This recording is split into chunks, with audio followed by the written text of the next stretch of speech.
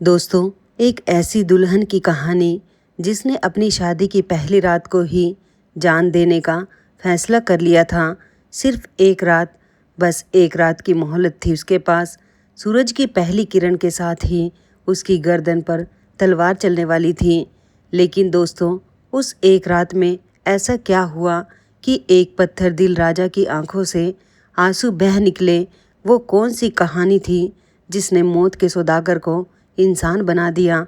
और सबसे बड़ा सवाल, क्या वो दुल्हन सुबह तक जिंदा बच पाई?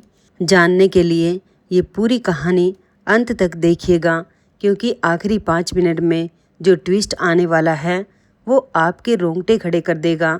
मैं हूँ आपकी संगीता और आप देख रहे हैं संगीता कहानी कैप्सूल। तो दोस्तों, ज़्यादा देर ना करते हुए चलिए शुरू करते हैं आज की कहानी, एक रात की दुल्हन। अगर आप चैनल पर नए हैं तो सब्सक्राइब करना मत भूलिएगा और बेल आइकन ज़रूर दबा दीजिए, ताकि ऐसी ही दिल छू लेने वाली कहानियाँ आप तक सबसे पहले पहुँचती रहें। दोस्तों, बात उस ज़माने की है जब हिंदुस्तान की धरती पर सैकड़ों छोटे बड़े राज्य फैले हुए थे। उन्हीं में से एक राज्य था विजयगढ़। हरे भरे जंगलों, घुमावदार नदियों और सुनहरे खेतों से सजा हुआ एक खूबसूरत राज्य। लेकिन दोस्तों, इस खूबसूरती के पीछे एक ऐसा अंधेरा छुपा था जिसकी कल्पना भी रूह कंपा देती थी। विजयगढ़ का राजा था महाराज विक्रमादित्य सिंह। लंबा कद, चौड़े कंधे, सांवला रंग और आंखें ऐसी जैसे कोई जलता हुआ अंगारा। उसकी एक नज़र से मंत्री कांप उठते थे और उसकी एक हुक्म से जल्लाद की तलवार खून से लाल हो जाती थी। पर दोस्तों, ये वही विक्रमादित्य था जो कभी प्रजा का चहेता हुआ करता था। बच्चे उसे पिता समान राजा कहते थे, बूढ़े उसे आशीर्वाद देते थे और जवान उसके लिए जान देने को तैयार रहते थे। फिर ऐसा क्या हुआ कि वो फरिश्ता शैतान बन गया? वो कौन सा जख्म था जिसने उसके दिल को पत्थर का बना दिया? ये जानने के लिए हमें थोड़ा पीछे चलना होगा, आज से ठीक 3 साल पहले की उस मनहूस रात में, जिस रात विक्रमादित्य का दिल टूटकर बिखर गया था। 3 साल पहले विक्रमादित्य ने पड़ोसी राज्य चंद्रपुर की राजकुमारी मालविका से विवाह किया था। मालविका सच में किसी अप्सरा से कम नहीं थी।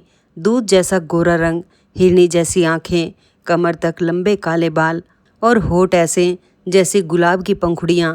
पहली ही नज़र में विक्रमादित्य अपना दिल हार बैठा था। शादी के बाद वो मालविका के लिए जीने लगा। दिन भर राजकाज निपटाता और रात होते ही मालविका के कक्ष में दौड़ा चला आता। उसके लिए हीरे जवाहरात के तोहफे लाता, उसके बालों में चमेली के फूल सजाता और उसकी हथेलियों को चूमते हुए कहता, मालविका, तुम मेरी जिंदगी हो। अगर तुम्हें कुछ हो गया तो मैं भी जीते जी मर जाऊंगा। मालविका भी हंसकर कहती, स्वामी, ऐसी अशुभ बातें मत कीजिए। मैं हमेशा आपके साथ रहूंगी, इसी जन्म में नहीं, 7 जन्म। दोस्तों, उनका प्यार पूरे राज्य में मिसाल बन गया था। लोग कहते थे, ऐसा प्यार तो किस्मत वालों को मिलता है। लेकिन किसे पता था कि किस्मत के पन्नों में कुछ और ही लिखा था। शादी के 1 साल बाद विक्रमादित्य को पड़ोसी राज्य से युद्ध की चुनौती मिली। उसे कम से कम 3 महीने के लिए राजधानी छोड़कर सीमा पर जाना था। जाने से पहले रात मालविका रोते रोते उसके सीने से लग गई। स्वामी, मेरा दिल नहीं मान रहा, मत जाइए, मुझे आपके बिना एक पल भी अच्छा नहीं लगेगा। विक्रमादित्य ने उसके आंसू पोंछे और कहा, मेरी जान, ये राजा का धर्म है। मैं 3 महीने में लौट आऊँगा, तुम बस मेरा इंतज़ार करना। और हाँ, मेरे लौटने पर मेरे लिए वो लाल जोड़ा पहनकर तैयार रहना जो मैंने पिछली बार तुम्हें तोहफे में दिया था। मालविका ने मुस्कुराकर सिर हिला दिया। दोनों एक दूसरे को देखते रहे, जैसे आंखों ही आंखों में पूरी जिंदगी का प्यार समेट लेना चाहते हो। अगली सुबह विक्रमादित्य अपनी सेना के साथ निकल पड़ा। 3 महीने का वादा करके गया था, लेकिन युद्ध सिर्फ 1.5 महीने में ही जीत लिया गया। विक्रमादित्य का दिल मालविका को देखने के लिए तड़प रहा था। उसने सोचा, क्यों न मैं बिना खबर किए सीधे महल पहुंचूं और मालविका को सरप्राइज़ दूं। उसके चेहरे की वो खुशी देखने लायक होगी। बस यही एक फैसला था जिसने विक्रमादित्य की पूरी जिंदगी तबाह कर दी। रात के लगभग 11 बज रहे थे। आसमान में पूरा चांद चमक रहा था। विक्रमादित्य अकेला अपने घोड़े पर सवार होकर महल के पिछले दरवाजे से अंदर दाखिल हुआ। पहरेदार उसे देखकर चौंक गए, पर उसने उंगली होठों पर रखकर इशारा किया कि कोई शोर ना हो। दबे पांव वो मालविका के कक्ष की ओर बढ़ा। दिल में हजार अरमान थे। सोच रहा था, मालविका मुझे देखकर खुशी से चीख पड़ेगी, मैं उसे अपनी बाहों में भर लूँगा और सारी थकान मिट जाएगी। कक्ष का दरवाज़ा हल्का सा खुला हुआ था। अंदर से धीमी धीमी आवाज़ें आ रही थी। विक्रमादित्य के होठों पर एक प्यारी सी मुस्कान आ गई। उसने सोचा शायद मालविका अपनी दासी से बातें कर रही है, लेकिन जैसे ही उसने दरवाजे को धक्का देकर खोला, उसके पैरों तले जमीन खिसक गई। सामने का दृश्य देखकर उसकी आंखें फटी की फटी रह गई। उसकी मालविका, उसकी प्राणप्रिय मालविका एक दूसरे आदमी की बाहों में थी, और वो आदमी कोई और नहीं बल्कि उसका सबसे करीबी दोस्त और सेनापति रुद्रसेन था। दोस्तों, उस वक्त विक्रमादित्य के दिल पर क्या गुजरी होगी, ये सिर्फ वही समझ सकता है जिसने अपनों के हाथों धोखा खाया हो। उसकी आंखों के सामने अंधेरा छा गया। कानों में जैसे हजारों घंटियां एक साथ बजने लगी। पैर इतने भारी हो गए जैसे किसी ने उन पर पहाड़ रख दिया हो। मालविका और रुद्रसेन ने जब विक्रमादित्य को देखा तो दोनों के चेहरे पर हवाइयाँ उड़ गई। मालविका ने कांपती आवाज़ में कहा, स्वामी, ये मैं समझाती हूँ। लेकिन विक्रमादित्य के कानों में अब कोई आवाज़ नहीं पहुँच रही थी। उसने बस इतना कहा, बस एक शब्द भी मत बोलना, तुम्हारी सफाई सुनने का अब कोई मन नहीं है। उसने तलवार खींची। रुद्रसेन ने हाथ जोड़कर माफ़ी मांगने की कोशिश की, पर विक्रमादित्य ने एक ही वार में उसका सिर धड़ से अलग कर दिया। मालविका चीख पड़ी और विक्रमादित्य के पैरों में गिर गई। स्वामी, मुझे माफ़ कर दीजिए, मुझसे गलती हो गई, मुझे एक मौका दीजिए। विक्रमादित्य की आंखों में खून उतर आया। उसने मालविका के बाल पकड़कर उसे ऊपर उठाया और कहा, मौका? तूने मुझे कितने मौके दिए मालविका? जब मैं सीमा पर अपनी जान दांव पर लगाकर लड़ रहा था, तब तू यहाँ ये गुल खिला रही थी। तेरे जैसी बेवफा औरत को जीने का कोई हक नहीं है। और दोस्तों, उस रात विक्रमादित्य ने अपने ही हाथों से अपनी प्राणप्रिय मालविका का गला घोट दिया।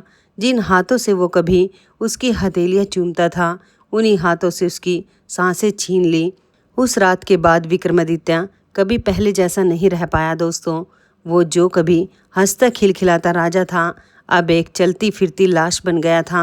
कई दिनों तक उसने अपने कक्ष का दरवाज़ा नहीं खोला, न खाना खाया, न पानी पिया। बस मालविका और रुद्रसेन के खून से सने उस कमरे में बैठा रहा, जहां अब भी खून के धब्बे उसे चिढ़ाते थे। जब वो कमरे से बाहर निकला तो वो विक्रमादित्य नहीं था, वो एक राक्षस था। उसकी आंखों में अब प्यार नहीं, सिर्फ नफरत थी, पूरी नारी जाति के लिए नफरत। उसने अपने मुख्य चित्रकार को बुलाया और हुक्म दिया, उस रात का जो दृश्य मैंने देखा था वो हूबहू एक तस्वीर में उतार दो। मैं उसे अपने कक्ष की दीवार पर टांगूंगा ताकि कभी भूल ना पाऊँ कि औरतें कैसी होती हैं। चित्रकार कांप उठा, पर मना करने की हिम्मत किसमें थी। तस्वीर बनकर तैयार हुई और विक्रमादित्य ने उसे अपने पलंग के सामने वाली दीवार पर टंगवा दिया। फिर एक दिन उसने भरे दरबार में एक ऐसा फरमान सुनाया जिसे सुनकर पूरे विजयगढ़ की रूह कांप गई। आज से मैं हर रात एक नई दुल्हन से शादी करूंगा और अगली सुबह उसे फांसी पर लटका दूंगा। ये सिलसिला तब तक चलेगा जब तक मैं जिंदा हूँ, क्योंकि कोई भी औरत वफादार नहीं होती, हर औरत मौत की हकदार है। मंत्रियों ने हाथ जोड़े, पुरोहितों ने पैर पकड़े, पर विक्रमादित्य का दिल पत्थर बन चुका था। उसने पहली रात एक गरीब किसान की बेटी से शादी की और अगली सुबह उसे फांसी पर लटका दिया। फिर दूसरी, फिर तीसरी, फिर चौथी। दोस्तों, देखते ही देखते 1.5 साल में लगभग 500 मासूम लड़कियों की जानें इस जालिम राजा ने ले ली। विजयगढ़ की हर माँ अपनी बेटी को छुपा कर रखने लगी। जिस घर में जवान बेटी होती, वो घर रात को रोशनी भी नहीं जलाता था। माएँ अपनी बेटियों को कुएं में डालकर मार देती ताकि राजा के सिपाहियों के हाथ ना लगे। पूरे राज्य पर मातम का सन्नाटा छा गया था। दोस्तों, अब हम मिलवाते हैं आपको हमारी कहानी की असली नायिका से, जिसका नाम था मीरा। विजयगढ़ के एक छोटे से गांव रत्नापुर में रहती थी मीरा अपने बूढ़े पिता पंडित देवदत्त के साथ। मीरा की माँ बचपन में ही गुजर गई थी और पंडित जी ने अकेले ही उसे पाला पोसा था। मीरा कोई आम लड़की नहीं थी दोस्तों। उसकी आंखों में एक अजीब सी रोशनी थी, जैसे कोई दीपक जल रहा हो। उसका चेहरा सुंदरता का ऐसा खजाना था जिसे शब्दों में बयान करना मुश्किल था। पर उसकी सबसे बड़ी खूबी थी उसकी बुद्धिमत्ता और कहानी कहने की कला। पंडित जी ने मीरा को संस्कृत पढ़ाई थी, वेद पुराण समझाए थे और सैकड़ों कहानियाँ सुनाई थी। मीरा जब कोई कहानी सुनती तो सुनने वाला अपनी सुध बुध खो बैठता। उसकी आवाज़ में जादू था, उसके शब्दों में आग थी और उसके भाव में दर्द था। गांव के बच्चे, बूढ़े, औरतें सभी शाम को उसके आंगन में जमा हो जाते और मीरा कोई ना कोई कहानी सुनाती, कभी राजा रानी की, कभी देवी देवताओं की और कभी ऐसी कहानियाँ जो दिल को छू जाएं। पर उन दिनों मीरा का दिल बहुत भारी रहता था।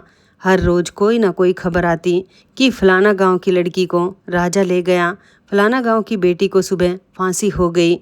मीरा के आंसू थमते नहीं थे। एक रात उसने अपने पिता से कहा, पिताजी, अब मुझसे ये अन्याय देखा नहीं जाता। हर रोज़ कोई मासूम मारी जाती है, क्या हम सब ऐसे ही चुप रहेंगे? पंडित जी ने ठंडी सांस भरी। बेटी, हम कमज़ोर लोग क्या कर सकते हैं? राजा के सामने हमारी क्या औकात? मीरा की आंखों में एक अजीब सी चमक आई। उसने कहा, पिताजी, अगर एक अकेली मीरा उस राजा का दिल बदल दे तो? अगर मैं उससे शादी करूं और उसे इंसान बना दूं तो?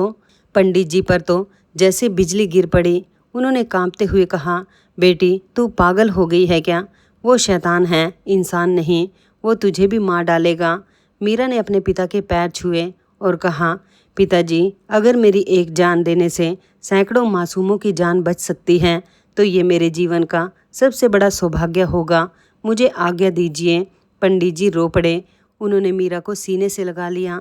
पूरी रात बाप बेटी रोते रहे, पर सुबह तक पंडित जी समझ गए कि मीरा अपना फैसला बदलने वाली नहीं। भारी हृदय से उन्होंने अपनी इकलौती बेटी को आशीर्वाद दिया। मीरा ने अपने सबसे अच्छे कपड़े पहने, माथे पर बिंदी लगाई और राजमहल की ओर चल पड़ी। दोस्तों, ये था हमारी कहानी का पार्ट 1। आगे की कहानी सुनने के लिए इसका पार्ट 2 देखें।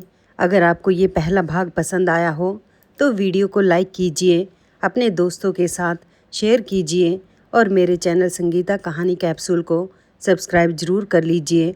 बेल आइकन दबाना मत भूलिएगा ताकि पार्ट 2 की नोटिफिकेशन आपको सबसे पहले मिले। धन्यवाद दोस्तों।